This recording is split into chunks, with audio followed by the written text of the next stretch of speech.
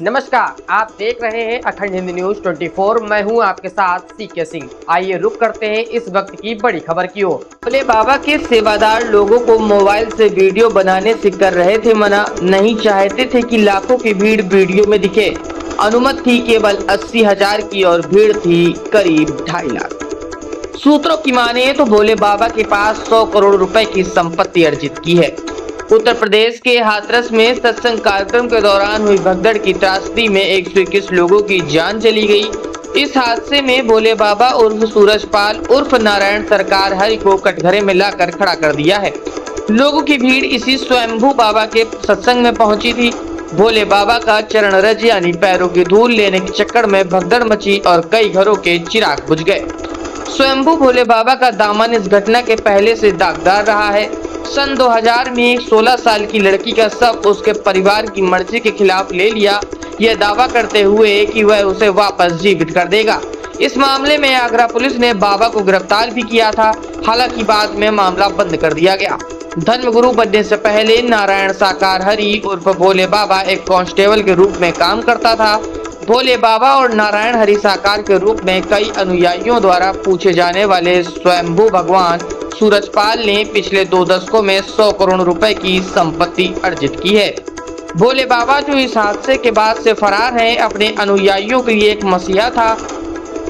भोले बाबा के अनुयायियों का मानना था कि उनके मंत्र आत्माओं को दूर कर देंगे और घरेलू विवादों को रोक देंगे। बाबा के भक्तों का विश्वास ऐसा था कि जब अस्पताल के गलियारों में शवों के ढेर लगे थे और रिश्तेदारों की चीख पुकार गूंज रही थी, तब उसके स्वागत के लिए मैनपुरी में स्थित बाबा के आश्रम में भोले बाबा के स्वागत में फूल बरसाए जा रहे थे। भोले बाबा के पास कितनी संपत्ति है, आइए जानते हैं। महल जैसा दिखने वाला बाबा का 5 सितारा आश्रम उसकी संपत्ति के पहाड़ की शिखर मात्र है। जिस जमीन पर इस आश्रम को बनाया गया उसकी कीमत लगभग 4 करोड़ रुपए है। सूत्रों से पता चला है कि बाबा के एक गार्ड ने मैनपुरी की जमीन उनके ट्रस्ट को दे दी थी। जिस घर में वे रहते थे वह आश्रम के अंदर था और वहां जाने के लिए गार्ड के क्वार्टर से होकर गुजरना पड़ता था। इसके अलावा उन्होंने आश्रम से सटी करीब 50 बीघा जमीन भी लीज पर ले रखी है। भोले बाबा के ट्रस्ट के पास कासगंज, आगरा, कानपुर, ग्वालियर में आश्रम और सैकड़ों एकड़ जमीन भी है। भोले बाबा ने सन 1999 में अपनी आध्यात्मिक यात्रा शुरू करने के लिए कांस्टेबल की नौकरी से इस्तीफा दे दिया था। वो लग्जरी वाली वस्तुओं का शौकीन है। उनके पास महंगी कारों का एक कलेक्शन है, जिसके बारे में कहा जाता है कि बाबा ने अपने अनुयायियों के नाम से इसे खरीदा है। रिपोर्ट्स के अनुसार भोले बाबा के पास कम से कम 25 से 30 लग्जरी गाड़ियां उनके बेड़े में शामिल हैं। बाबा के एक आश्रम में लगे बोर्ड पर लिखा है कि स्वयंभू बाबा कोई दान स्वीकार नहीं करता। हालांकि आश्रम की दीवारों पर दानदाताओं के नाम लिखे होने से यह दावा गलत साबित होता नजर आ रहा है। इन दानों में 100 बोरी सीमेंट, वाहन और आश्रम निर्माण के लिए नगद योगदान जैसी चीजें शामिल है। एक वीडियो बयान में हाथरस भगदड़ की घटना पर सूरजपाल उर्फ भोले बाबा ने कहा, हम 2 जुलाई की घटना के बाद बहुत ही व्यथित हैं। प्रभु हमें इस दुख की घड़ी से उभरने की शक्ति दे। सभी शासन और प्रशासन पर भरोसा बनाए रखें। हमें विश्वास है कि जो भी उपद्रवकारी है उनको बख्शा नहीं जाएगा। जैसे मैंने अपने वकील AP सिंह के माध्यम से समिति के सदस्यों से अनुरोध किया है कि वे शोक संतप्त परिवारों और घायलों के साथ खड़े रहें और जीवन भर उनकी मदद करें।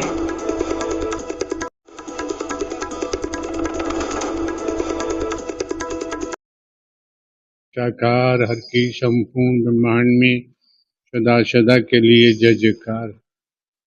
हम 2 जुलाई की घटना के बाद बहुत ही व्यथित हैं। प्रभु हमें बस संगत को इस दुख की घड़ी से उबरने की शक्ति दें। सभी शासन एवं प्रशासन पर भरोसा बनाए रखें। हमें विश्वास है जो भी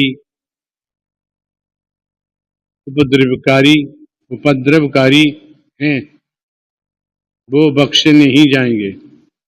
हमने अपने वकील डॉक्टर AP सिंह जी के माध्यम से कमेटी के महापुरुषों से ये प्रार्थना की है कि दिवंगत आत्माओं के परिजनों एवं इलाजरत घायलों के साथ जीवन पर्यंत तन धन से खड़े रहने का आग्रह किया है, जिसको सभी ने माना भी है। सभी इस जिम्मेदारी को निभा भी रहे हैं। सभी महामंत्र का सहारा न छोड़ें। वर्तमान समय में वही माध्यम है सभी को सद्मति और सद्बुद्धि प्राप्त होने की इच्छा रखते हैं। नारायण साकार हर की संपूर्ण ब्रह्मांड में सदा सदा के लिए जय जयकार।